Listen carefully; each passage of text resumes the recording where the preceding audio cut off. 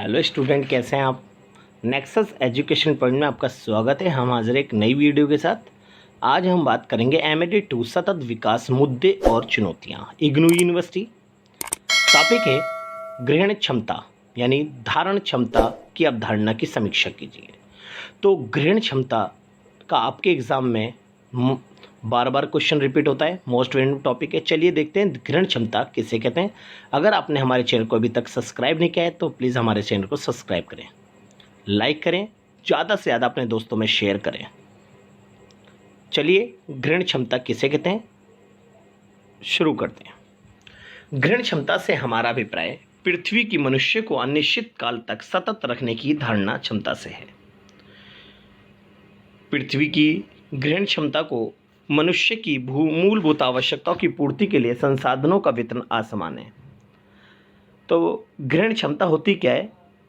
तो बच्चों, हमारी पृथ्वी पर जो मनुष्य की मूलभूत आवश्यकताओं की पूर्ति करने वाले जो संसाधन हैं, जैसे कि जल संसाधन, पर्यावरण, नदियाँ, पहाड़ आदि, इन सब का हमारी पृथ्वी पर आसमान वितरण है। ये संसाधन और पर्यावरण किसी क्षेत्र में ज़्यादा अधिक मात्रा में पाए जाते हैं, किसी में कम, और मनुष्य अपनी आवश्यकताओं को पूरा करने के लिए, अपने लालच के लिए हम पर्यावरण को नुकसान पहुंचा रहे हैं, जिससे हमारी पृथ्वी की ग्रहण क्षमता खतरे में पड़ती जा रही है। हमारा ये कर्तव्य है कि हमारी जो पृथ्वी की ग्रहण क्षमता है उसे बनाए रखना हमारा सर्वप्रथम दायित्व होना चाहिए। मनुष्य जंगलों को नष्ट करके, नदियों को प्रदूषित करके, क्योंकि हम आज बड़ी बड़ी फैक्ट्रियाँ स्थापित करने के लिए हम जंगलों को नष्ट कर रहे हैं, और हमारे जो उद्योगों से निकलने वाला जो जहरीला पानी है हम उसे नदियों तक पहुंचा रहे हैं, जिससे कि जल प्रदूषण के कारण हमारे जीव जंतु नष्ट होते जा रहे हैं, जिससे हमारी जो पृथ्वी की ग्रहण क्षमता है वो दिन पर दिन खत्म होती जा रही है। पृथ्वी की ग्रहण क्षमता को प्रभावित करते हैं। ये हमारा कर्तव्य है कि इन संसाधनों का उपयोग ऐसी पद्धति से करना चाहिए जिससे आने वाली पीढ़ियों पर भी कोई बुरा प्रभाव ना पड़े। तो इसके अंतर्गत ग्रहण क्षमता को बनाए रखने के लिए हमें ऐसी ऐसी टेक्नोलॉजी या ऐसी ऐसी पद्धति को अपनाना चाहिए जिससे हमारी पृथ्वी पर ना तो पर्यावरण को नुकसान पहुंचाया जा सके, ना पारिस्थितिक तंत्र को, ना ही हम नदियों को, और ना ही संसाधनों को नुकसान पहुंचाए, बल्कि हम आने वाली पीढ़ियों को भी इसका लाभ पहुंचा सके और आने वाली पीढ़ियों को इसका बुरा प्रभाव ना पड़े। इसलिए हमें ग्रहण क्षमता में नई नई पद्धतियों को अपनाना चाहिए। ग्रहण क्षमता की अवधारणा। तो बच्चों, ग्रहण क्षमता है या धारणा क्षमता है, बात एक ही रहेगा। तो पारिस्थितिकी विज्ञान का मुख्य नियम है अंतर संबंध, यानी ये जो ग्रहण क्षमता है वो है अंतर संबंध। अंतर संबंध का अर्थ है मनुष्य द्वारा की जाने वाली कोई ऐसी क्रिया जिसमें भविष्य में कुछ प्रजातियों का अस्तित्व खतरे में पड़े, जिससे ये अन्य प्रजातियों को भी खतरा हो सकता है तथा इससे पारिस्थितिकी का विनाश हो सकता है। ग्रहण क्षमता में इन्हीं अंतर संबंधों को ध्यान में रखा जाता है। तो जैसा कि मैंने आपको भी इसके ऊपर पैसेज में बताया कि ग्रहण क्षमता का आशय है हमारी पृथ्वी की जो अंत्य संबंध है, क्योंकि हमारी पृथ्वी पर जितनी भी चीज़ें हैं वो सभी पारिस्थितिक तंत्र के अंतर्गत एक दूसरे से संबंधित हैं। जैसे कि एक एग्जाम्पल, जब कोई, जैसे कि एक इंसान की बॉडी पार्ट्स होते हैं, सभी पार्ट्स एक दूसरे से अंत्य संबंधित है। जैसे आइस ले लो, हाथ ले लो, और दिमाग ले लो, और बोलना देख लो। इंसान देखता है, सोचता है और बोलता है, ये अंत्य संबंधित है। अगर एक भी प्रभावित होता है तो अन्य तत्व भी प्रभावित होते हैं। तो इसीलिए हमारी पृथ्वी पर ये जितने भी एक चक्र है, पारिस्थितिकी तंत्र जो है, यानी पारिस्थितिकी जो तत्व हैं, अगर इनमें से अगर एक भी तत्व प्रभावित होता है तो उससे अन्य तत्व भी प्रभावित होते हैं, जिसका प्रभाव हमारी पृथ्वी की ग्रहण क्षमता पर पड़ता है। इसलिए हमारा कर्तव्य है कि पृथ्वी की ग्रहण क्षमता को बनाए रखना हमारा उत्तरदायित्व है। इस अवधारणा के अंतर्गत ही जैसे भूमि, जल तथा वायु प्रदूषण, गंदगी व हानिकारक विकास के बाद भी शुद्ध को उपयोगी तथा विषैलेपन झेरिल से मुक्त रखते हैं। आपको पता ही है, हम जितना भी झेरिला पानी करते हैं हमारी पृथ्वी अपनी ग्रहण क्षमता के माध्यम से, फिर भी हमारा जो पारिस्थितिक संतुलन है वो पृथ्वी बनाती है। तो प्रदूषण पानी है, विषैले जो जल हैं उसको भी शुद्ध कर देती है।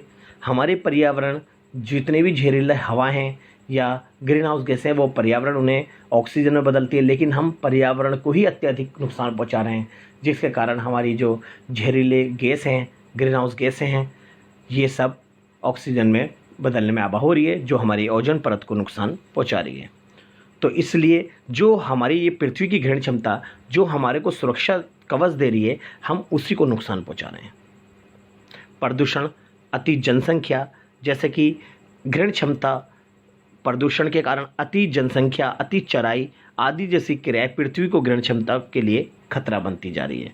चलिए हम बात करते हैं ग्रहण क्षमता को खतरा पहुंचाने वाले कारक। जैसे कि पृथ्वी की ग्रहण क्षमता को खतरा सबसे बड़ा पहुंचाने वाला है पर्यावरण में कमी आना, क्योंकि आज हम औद्योगिकरण के दौर में बड़ी बड़ी फैक्ट्रियाँ स्थापित करने के लिए हम बड़े बड़े वनों को नष्ट कर रहे हैं, वनों की कटाई कर रहे हैं, जिससे हम उद्योगों को स्थापित कर रहे हैं, जिससे हमारी पृथ्वी की ग्रहण क्षमता खतरे में पहुंच रही है। दूसरा अति चराई, क्योंकि हम बहुत ज़्यादा जो पृथ्वी है, हम खेतों में, कृषि में अत्यधिक अति चराई कराते हैं।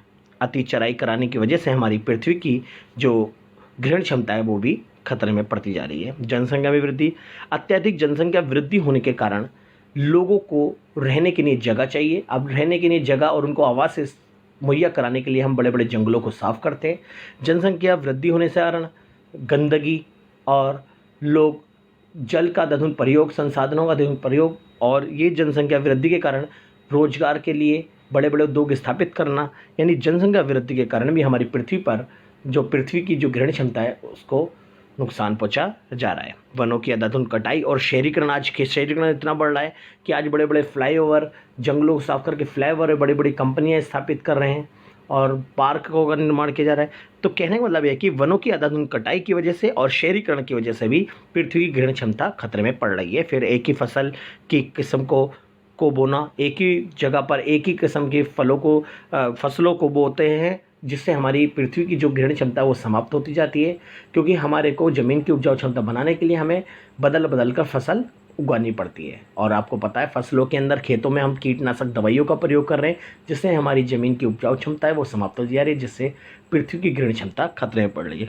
फिर नदियों में बढ़ता प्रदूषण की वजह से भी पृथ्वी की ग्रहण क्षमता खतरे में। अब बात करते हैं कि ग्रहण क्षमता का प्रभाव यानी खतरे या परिणाम, यानी जो ग्रहण क्षमता है उसको हम नुकसान पहुंचा रहे हैं, उसके क्या परिणाम निकल रहे हैं। जैसे कि भरण पोषण में कमी, जब ग्रहण क्षमता यानी ज़मीन की उपजाऊ क्षमता खत्म होती चली जाएगी, जिसके कारण हमारी जो लोगों को खान पान के लिए जो भरण पोषण है उसमें कमी होती जा रही है। आज हमारे यहाँ पर कृषि उत्पादकता कम होती जा रही है, क्योंकि हम ज़मीन के ऊपर यानी खेतों में कीटनाशक दवाइयों का प्रयोग और अंधाधुंध हम जो ज़मीन है उससे ज़्यादा से ज़्यादा काम ले रहे हैं, जिससे भरण पोषण में कमी आ रही है। दूसरा है खतरा मानवीय स्वास्थ्य पर हानिकारक प्रभाव। आज पृथ्वी की जो ग्रहण क्षमता समाप्त होती जा रही है, जिस कारण हमारे यहाँ पर जो मानवीय स्वास्थ्य है उस पर हानिकारक प्रभाव पड़ रहा है। लोगों को नई नई बीमारियों का शिकार होना पड़ रहा है, लोग भूख से, जनसंख्या वृद्धि हो रही है, भूख से मर रहे हैं। तो मानवीय स्वास्थ्य पर हानिकारक प्रभाव हमारा ग्रहण क्षमता में कमी आने की वजह से हो रहा है। वैश्विक ताप में वृद्धि, आज हम अपनी ऐशो आराम के लिए एसी फ्रिज के ग्रीन हाउस गैसों का उत्सर्जन कर रहे हैं, बड़ी बड़ी फैक्ट्रियाँ स्थापित कर रहे हैं, जैसे जहरीला पानी नदियों तक पहुंचा रहे हैं, और नदियों के साथ साथ हम खाली तालाबों में भी हम जहरीला पानी पहुंचा, जैसे ज़मीन की जो पृथ्वी की जो ग्रहण क्षमता है वो भी खतरे में पड़ती जा रही है। फिर मृत्यु दर में वृद्धि और प्राकृतिक आपदाएं, और समय समय पर सुनामी, भूकंप जैसी आपदाएं आ रही हैं, और ये सभी जो घटनाएं और ये जो खतरा है यानी प्रभाव जो है, ये सब हमारी पृथ्वी की ग्रहण क्षमता में कमी आने के कारण हो रही है। तो ये मोस्ट इम्पोर्टेंट क्वेश्चन है, पृथ्वी की ग्रहण क्षमता का अवधारणा को मोस्ट इम्पोर्टेंट टॉपिक है।